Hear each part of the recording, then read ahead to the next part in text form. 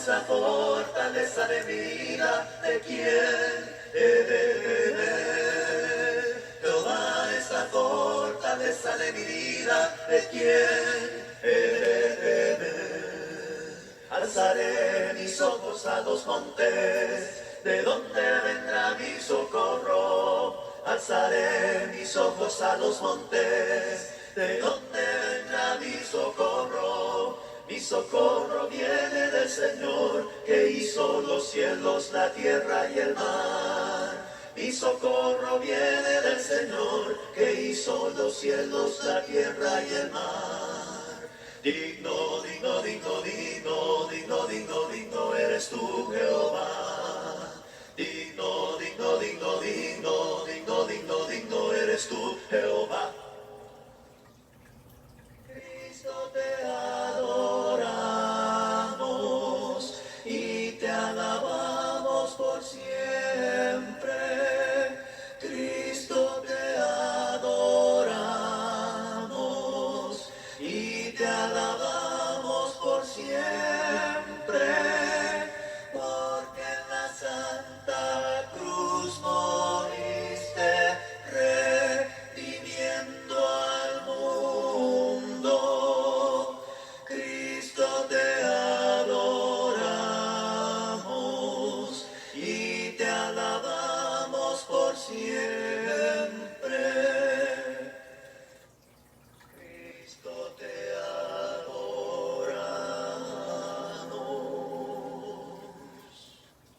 Santo, santo, santo, santo, santo, santo es nuestro Dios, Señor de toda la tierra. Santo, santo es nuestro Dios. Santo, santo, santo, santo, santo, santo es nuestro Dios, Señor de toda la historia. Santo, santo es nuestro Dios, que acompaña a nuestro pueblo, que vive en nuestras luchas, del universo entero, el único Señor. Benditos los que en su nombre el Evangelio anuncian, la buena y gran noticia de la liberación. Amén, bendito sea Dios. Hermosa alabanza cantada sin instrumentación alguna. Bendito sea Dios. Estos hermanos de la Iglesia de Cristo.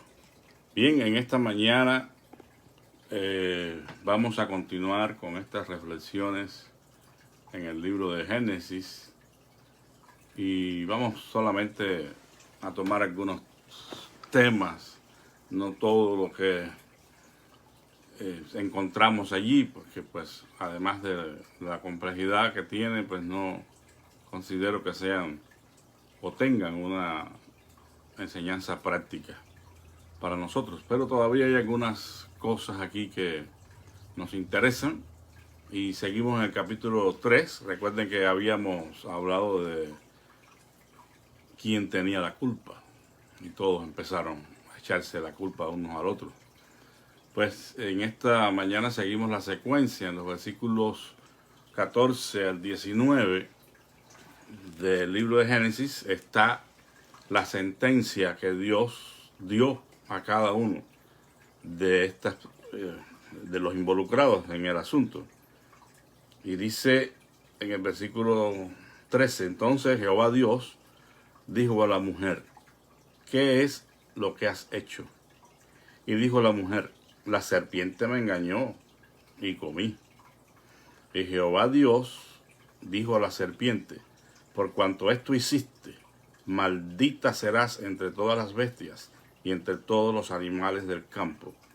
Sobre tu pecho andarás y polvo comerás todos los días de tu vida. Y pondré enemistad entre ti y la mujer, y entre tu simiente y la simiente suya. Esta te herirá en la cabeza, y tú le herirás en el calcañar o en el talón. A la mujer dijo: multiplicaré en gran manera tus dolores en tus preñeces. Con dolor darás a luz a los hijos, y tu deseo será para tu marido, y él se enseñoreará de ti. Al hombre dijo: por cuanto obedeciste a la voz de tu mujer, y comiste del árbol que te mandé, diciendo: no comerás de él, maldita será la tierra por tu causa. Con dolor comerás de ella todos los días de tu vida. Bueno, pues sin entrar en los detalles de cada sentencia que Dios emitió sobre cada uno de estos involucrados en el asunto del pecado, la enseñanza que rescatamos aquí y que es de vital importancia es que el pecado no puede ser pasado por alto. Siempre se sufrirán las consecuencias de desobedecer a Dios. Nunca esto será pasado por alto. Hasta en nuestros días estamos sufriendo las duras consecuencias de la desobediencia de nuestros padres. Es aceptado por la mayoría de los pensadores cristianos que después de Adán, todos los seres humanos nacen con una propensión o una inclinación al mal.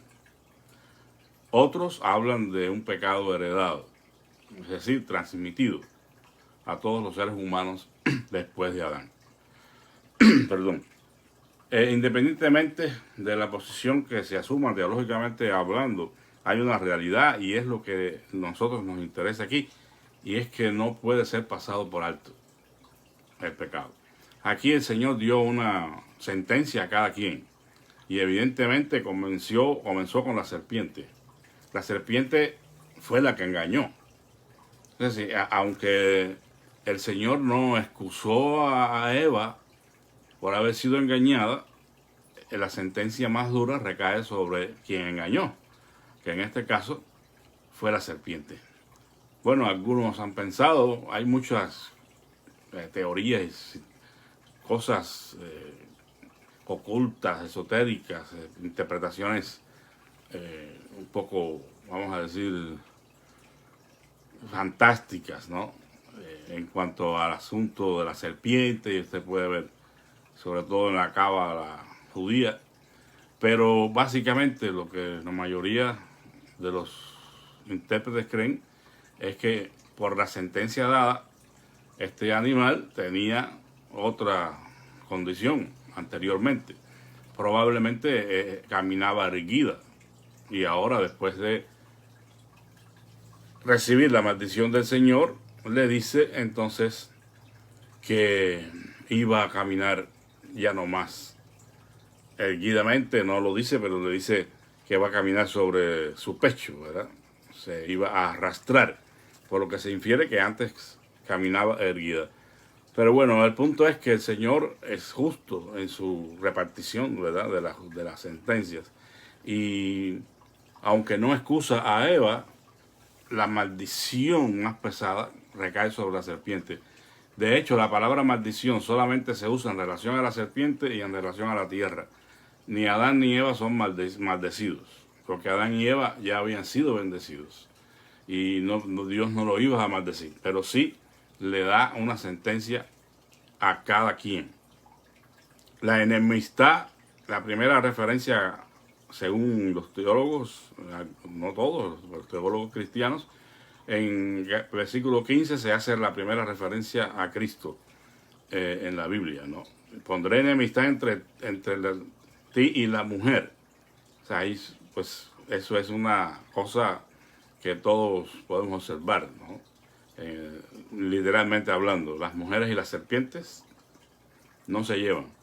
Bueno, siempre hay alguna por ahí que está un poco chiflada, ¿verdad? No tiene miedo a las serpientes, pero en general la mujer y las serpientes son enemigas, ¿verdad? Pero bueno, más allá que eso, la simiente a la que según los teólogos hace referencia aquí es a Jesucristo, o sea, la simiente de la mujer, ¿verdad? Y el golpe que daría a la serpiente, a la simiente, sería una herida leve, ¿no?, en el calcañar. Pero el golpe que Dios daría al enemigo sería de muerte, se tira en la cabeza, ¿verdad? Por eso dice, esta te herirá en la cabeza y tú le herirás en el talón o en el calcañar. Según, repito, los teólogos, esta es la primera referencia que se hace a Jesucristo en el Antiguo Testamento. Y al hombre se le dijo que por cuanto obedeciste a la voz de tu mujer y comiste del árbol que te mandé diciendo, no comerás de él, maldita será la tierra por tu causa, con dolor comerás de ella todos los días de tu vida. O sea que se ofrece una dificultad entonces aquí sobre la manera en que el hombre iba a subsistir, iba a vivir. No es una maldición, aquí el trabajo no es para nada el que es maldito, sino la manera en que el hombre tendría que mantenerse, ¿verdad? Subsistir, sería con mucha más dificultad.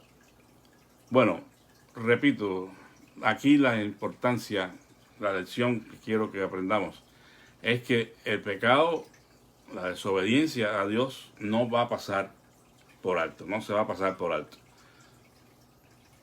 El hombre peca y el hombre recibe las consecuencias, independientemente de que si se arrepiente es perdonado. Las consecuencias siempre siguen. En el versículo 20 se habla de Eva. Aquí, Ahava, como se dice en hebreo, este versículo dice, y llamó a Adán el nombre de su mujer Eva, por cuanto ella era madre de toda la humanidad. Es decir, el nombre hebreo, Ahava, significa la que imparte vida. O sea, sería ella, pues, la madre de todos los seres vivientes, en un sentido.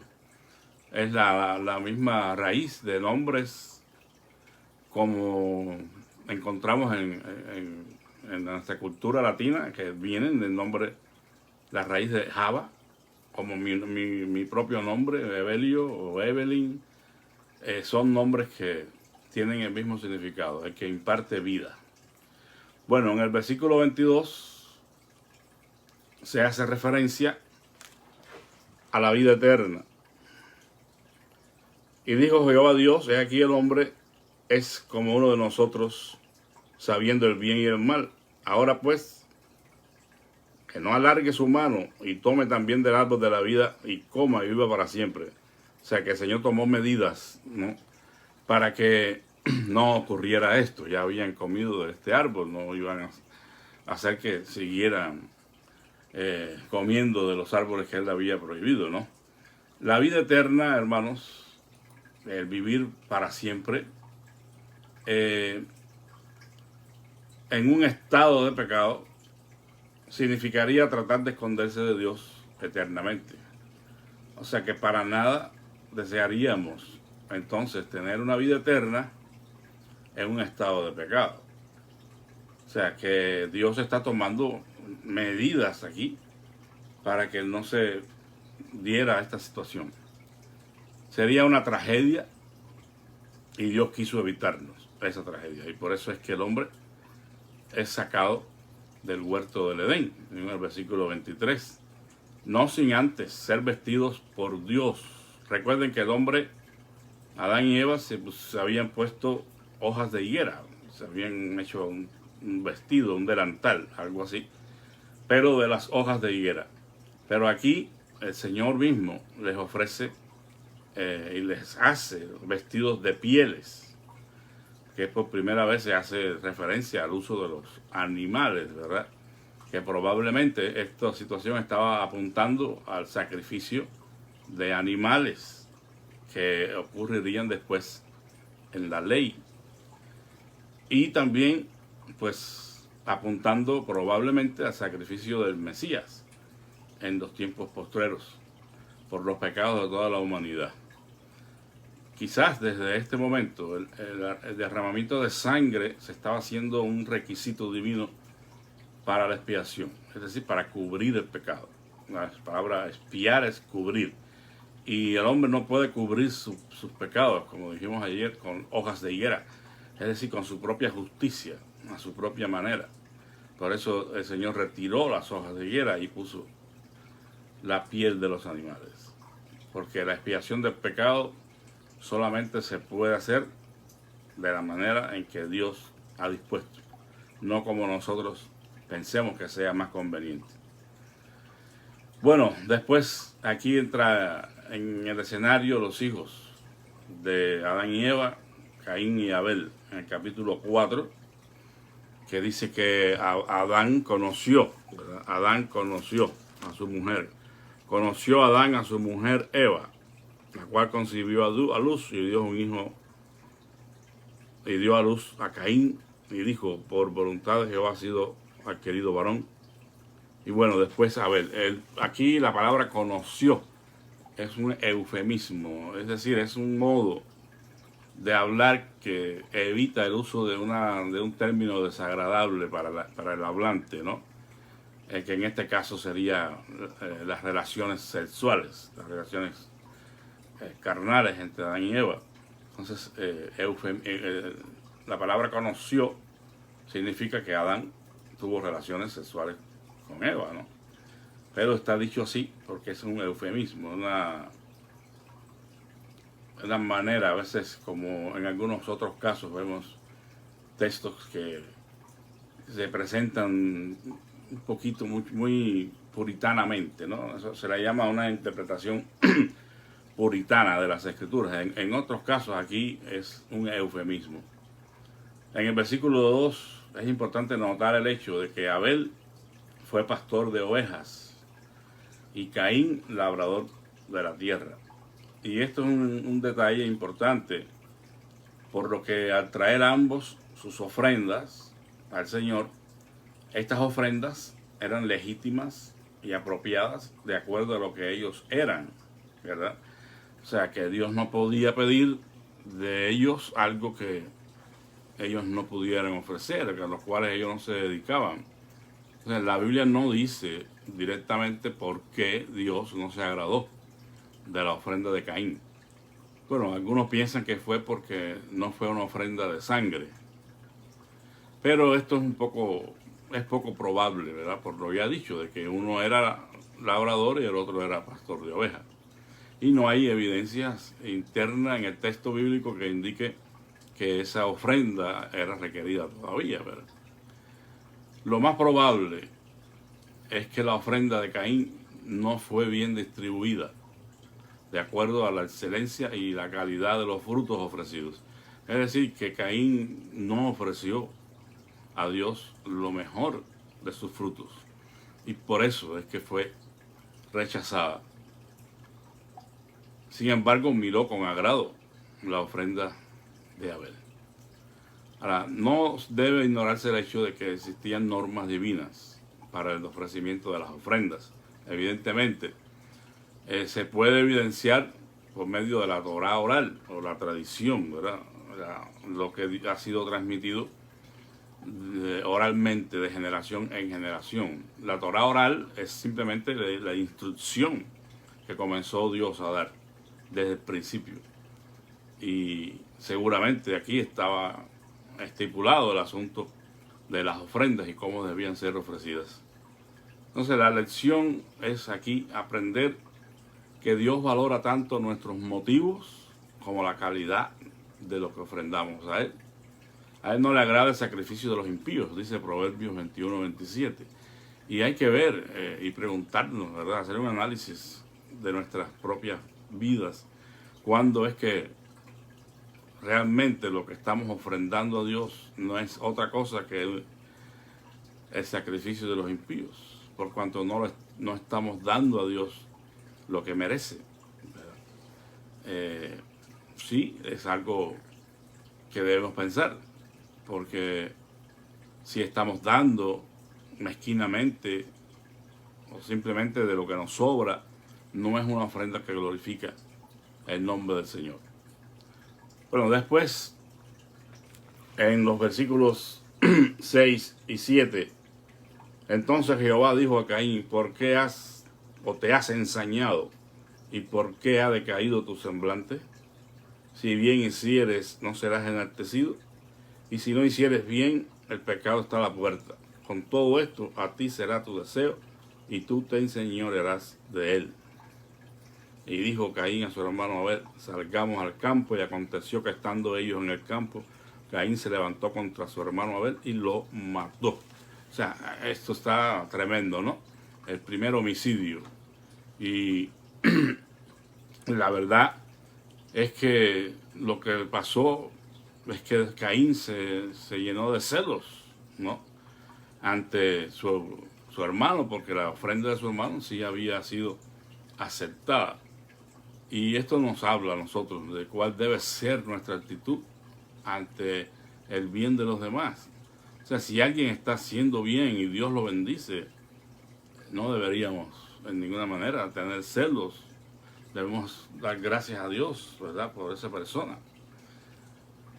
Alegrarse del triunfo y la prosperidad de otros no siempre es algo fácil cuando se vive una vida egocéntrica, una vida egoísta, centrada en uno mismo.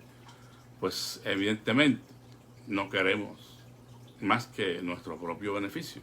Pero si alguien más es reconocido y es bendecido, eso no nos gusta. Y aquí Caín, en vez de reconocer que él había fallado y que no había ofrecido a Dios lo mejor de lo que él tenía, se llena de envidia, de celo y fastidio, al punto que mató a su hermano. Y esto es algo bien trágico, bien triste. Si observamos el progreso del hombre aquí en el pecado, nos quedamos asombrados, ¿no? Porque primero fue una fruta, ahora es una vida humana, o sea, un asesinato. Y las cosas estaban yendo de mal en peor. El pecado aparece aquí como una fiera que está al acecho, ¿no?, que está esperando a ver cómo puede devorarnos. Y por eso es que el apóstol Pedro después habla del adversario del diablo, que anda como un león rugiente buscando a quien devorar. Sin embargo, la verdad bíblica de que el hombre puede dominar al pecado con la ayuda de Dios en su vida, en el poder del Espíritu Santo, es algo que no podemos negar. O sea, hay una vida que se puede vivir en victoria sobre el pecado.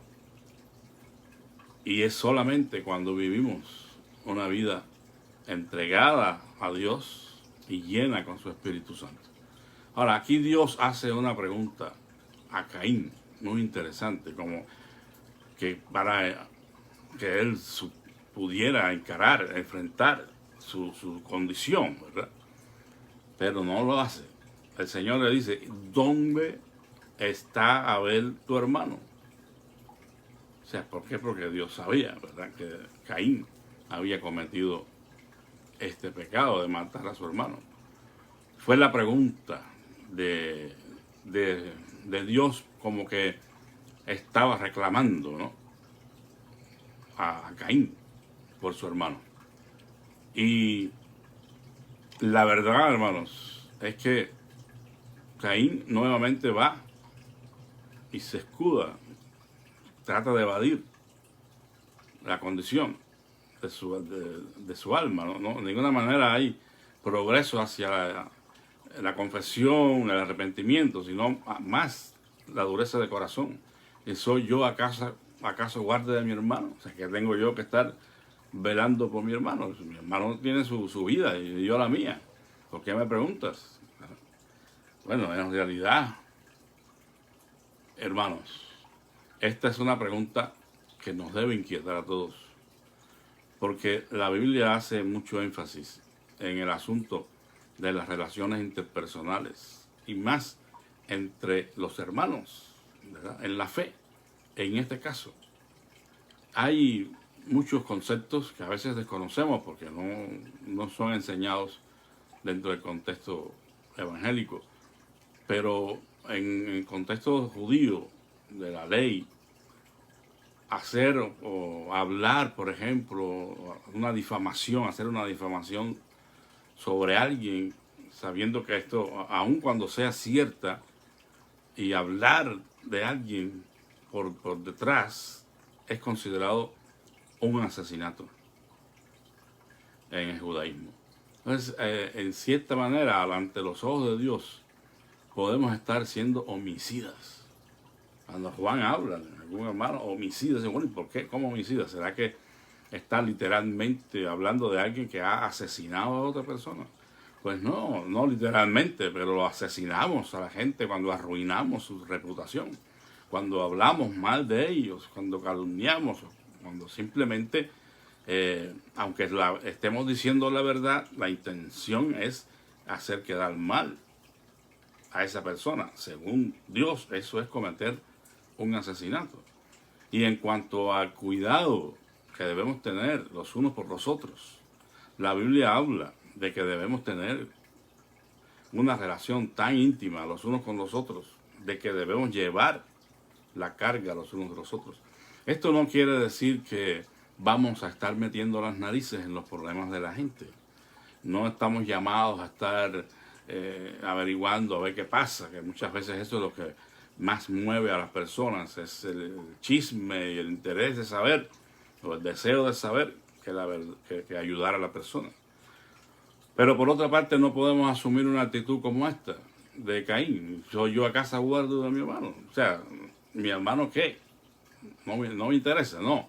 Al contrario, tenemos que preferirnos, dice la Biblia, en cuanto a honra, prefiriendo los unos a los otros, dando lugar al otro y teniendo cuidado del otro, en la medida de la prudencia, ¿verdad?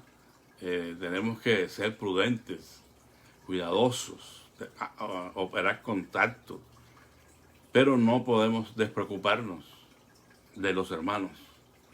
Y por eso es que tenemos que exhortarnos los unos a los otros. Incluso si alguno dice es sorprendido alguna falta, vosotros que sois espirituales, restauradles con espíritu de mansedumbre. O sea que hay que tener cuidado los unos de los otros. Tenemos que tener cuidado los unos de los otros. Eso no es solo para el pastor. El pastor no me llamó. Bueno, ¿y lo llamaste tú? Si tú viste que la persona se ausentó o sabes que es posible que tenga algún problema. Todos tenemos que cuidar el uno del otro.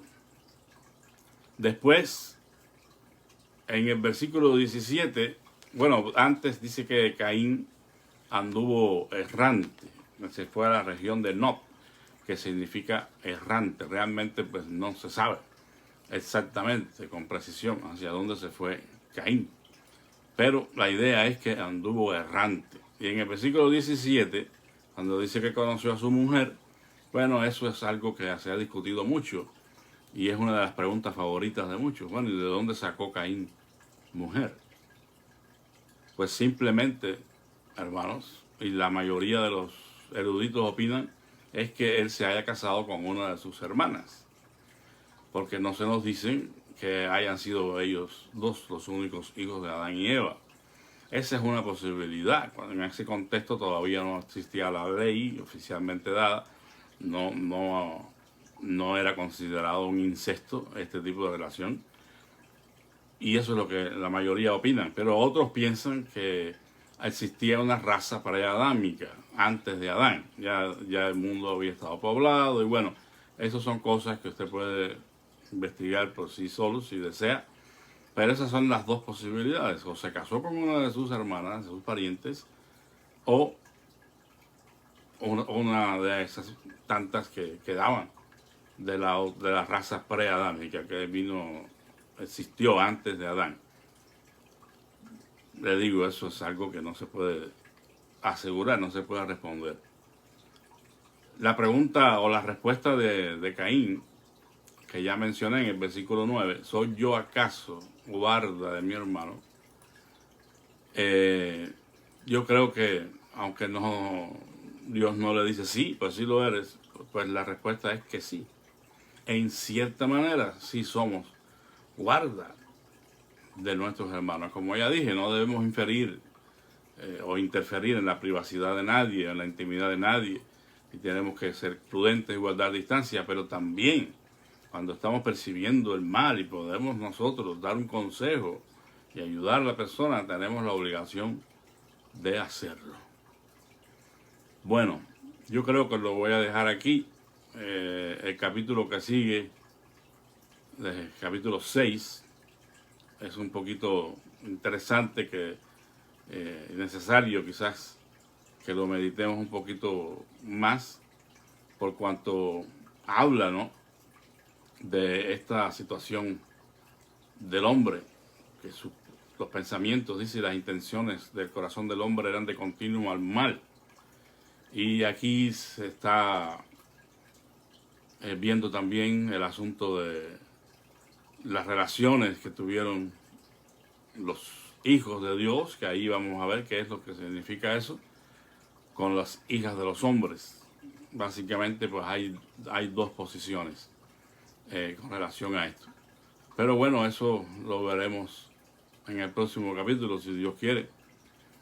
Quisiera preguntarles, hermanos, ustedes que son los que escuchan, si desean este tipo de reflexiones, o prefieren algo más apuntando a lo devocional realmente, porque sé que no todos están interesados quizás en temas como estos. Yo lo hice porque pensé en que muchas veces yo mismo al principio tenía muchas dudas sobre algunas de estas cosas, y pues nunca se me enseñó, ¿verdad? Algo que tuve que descubrir por mí mismo. Entonces quisiera saber, porque no quiero cansarles y aburrirles con cosas que no sean de interés de ustedes. Si la respuesta es no, pues yo buscaría los tópicos que sean mucho más prácticos para nosotros. Yo, si no, continuaría con la manera en que estaba teniendo los devocionales. Así que bueno, pues espero que me hablen y me digan. Tenemos en esta mañana que seguir orando, hermanos, y hay una petición nueva. El hijo de nuestra hermana Esmeralda, Billy, el muchacho que tiene apenas 17 años, él siguió teniendo problemas con ese dolor que tiene, y hoy a las 12 y algo lo va a llevar la hermana con el doctor, y oremos para que se pueda dar, ¿verdad?, con lo que tiene, y si hay que operarlo, que lo hagan a tiempo, porque no queremos, ¿verdad?, que vaya a suceder algo. También, además de Billy, la mamá de nuestra hermana Carla, Ana Alfaro, hoy tiene también una cita con el médico para ver qué es lo que van a hacer con ella, porque todavía no se le ha podido extirpar la vesícula. Así que oremos por todo, pero por estas dos peticiones que nos han llegado últimamente. Vamos a orar. Te damos gracias, bendito Señor, en esta mañana por el privilegio de estar en tu presencia. Gracias porque sabemos, Señor, que todas las oraciones que a ti elevamos en el nombre de Jesús son escuchadas, y tú obras en favor nuestro por tu gran amor y misericordia.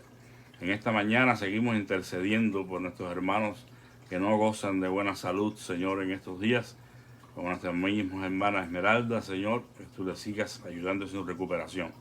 Pero pedimos muy especialmente por Billy, Señor, por este jovencito por el cual hemos estado pidiendo que tú transformes su corazón, que tú le toques, que quites de él todo enojo, toda ira, toda frustración, Señor, que él está sintiendo por todos los problemas que ha atravesado.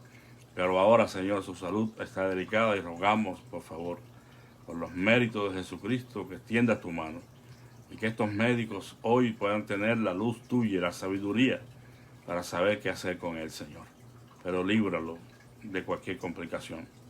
También te pedimos, Padre Santo, por Ana Alfaro, la mamá de nuestra hermana Carla, que en este día tiene esta cita médica tan importante, donde se va a definir lo que se va a hacer con ella, Señor, con relación a la vesícula, si la van a poder operar o no.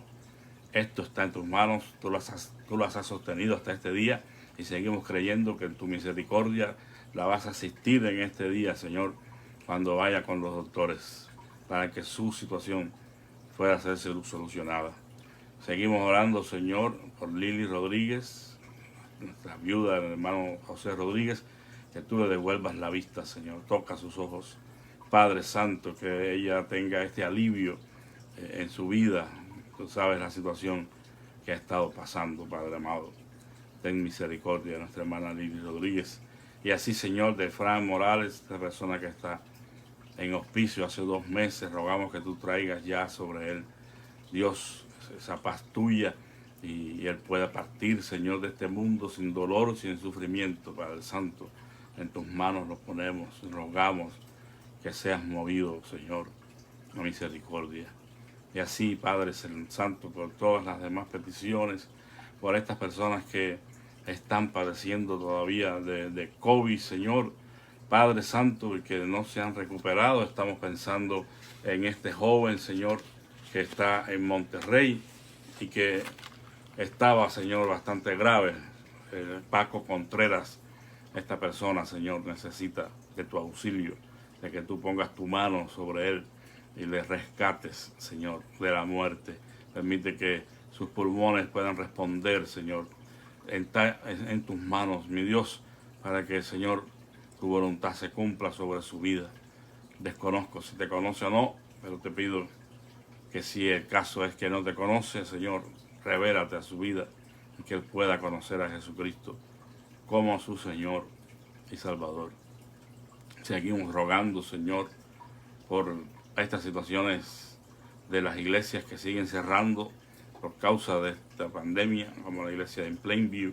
Padre Santo, ponemos en tus manos a los hermanos enfermos y te suplicamos que les sanes y que bendigas el ministerio de esta iglesia, Señor, aunque no puedan congregarse por lo pronto. Así pedimos por la iglesia, Señor, en San Benito, que está a cargo de nuestro hermano Ayala. Padre, te rogamos que tú toques los corazones de los hermanos, que disipes todo temor y que ellos puedan congregarse, Señor, los que han dejado de hacerlo. Y eso te pedimos por todas las iglesias, porque todos tenemos esta situación, Señor. Toca los corazones, pon un sentido de responsabilidad en los hermanos y disipa todo temor, Señor.